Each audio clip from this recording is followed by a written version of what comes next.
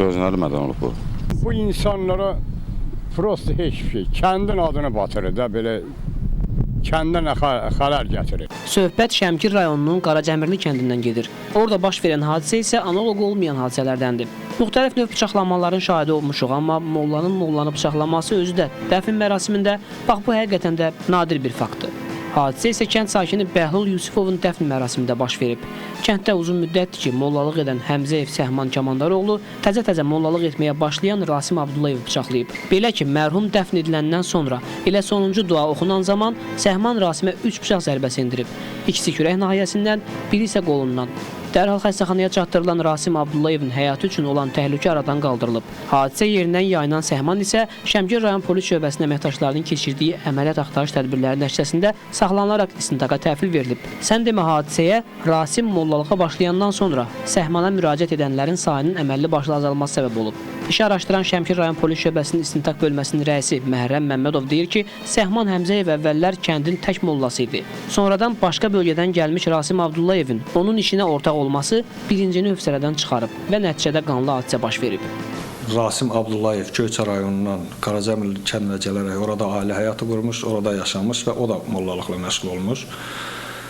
Artıq Rasim Abdullayev kənddə mollalıqla məşğul olduqdan sonra deməli Səhman Həmzəyevi yas yerlərinə, dəfn mərasimlərinə dəvət edən az olmuş, ümumiyyətlə olmamışdır. Bir neçə dəfə bu barədə deməli o Rasim Abdullayevə xəbərdarlıq etmiş, dırnaqarası onun çörəyini kəsməməyə tapşırmışdır. Lakin onun hansısa xarakterinə görə onu kənd cəmaatı yas mərasimlərinə dəvət etmədiyindən Rasim Abdullayevə qarşı onda paxıllıq hissi yaranmışdır. Qeyd edim ki, xəstəxanada olan Rasim Abdullayev müxbirimiz Təminə xanıma müsahibə verib məsələyə aydınlıq gətirməkdən imtina etsə də, qolu qandallanan Səhman Həmzəyev verilən suallara səhmanla cavab verdi. Demək olar bütün xalqı hipnoz eləmişdi. Xalq bizə ancaq bunu az qalır deyək ki, ay Allah, nə dedəm anam ölmür ki, gedim onu gətirim, pul verim ona.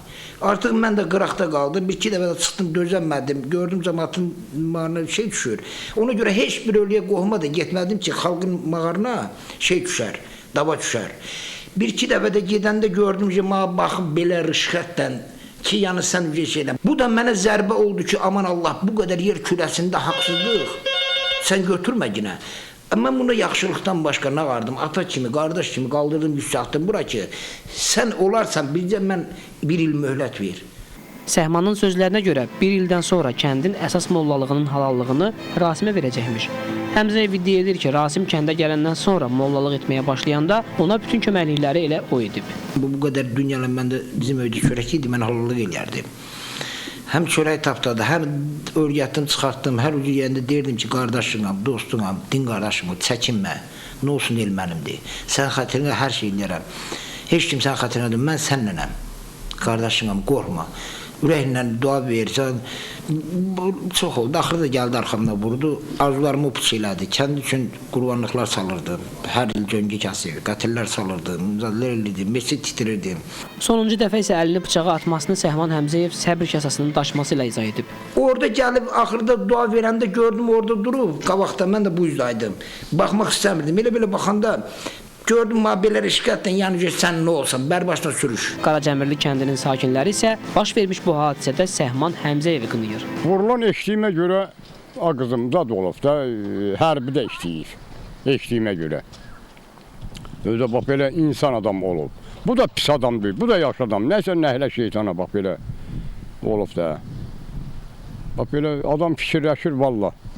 Heç cürə götür qoy eləyir, heç cürə ağla sığmayan şey. Səni sənətkarsan, səni aparacaq, mən aparacaq.